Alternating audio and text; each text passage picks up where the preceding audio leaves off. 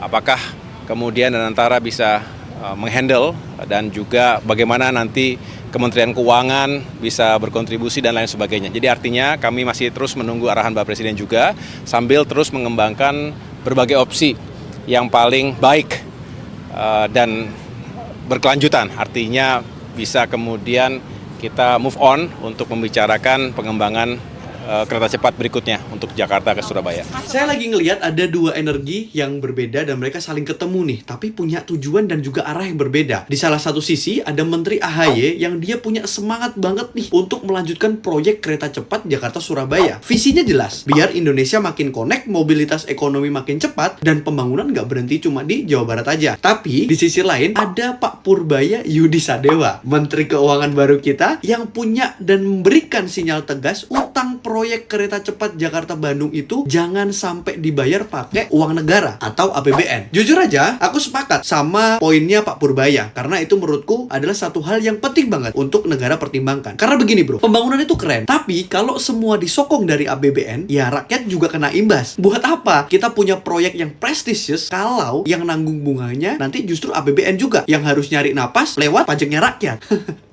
Kritik Purbaya itu bukan soal ngerem kemajuan, tapi ngingetin supaya pembangunan gak jadi beban generasi muda nanti. Disinilah seharusnya AHY mikir 2 langkah ke depan. Boleh lanjut proyek baru, tapi pastikan dulu sistem keuangannya sehat, transparan, dan juga yang pastinya fair ya. Gak bisa dong kita ngomongin konektivitas nasional tapi tutup mata soal sustainability fiskal. Kita anak muda bukan anti progres, tapi kami juga bukan jadi bahan pembodohan atau dibodohin jargon pembangunan demi masa depan. Kalau masa depan itu dibangun dari utang yang belum jelas dibayarnya gimana, ya masa depannya siapa gitu loh. Iya nggak? Jadi, menurut saya, benturan pandangan antara AHY dan juga Purbaya ini bukan pertentangan. Ya, tapi sebagai alarm ya. Satu bilang ayo gas pembangunan, satu lagi bilang jangan lupa remnya. Dan negara yang sehat itu justru yang punya dua-duanya. Visi besar, tapi kaki tetap nempel ke tanah. Thank you bro.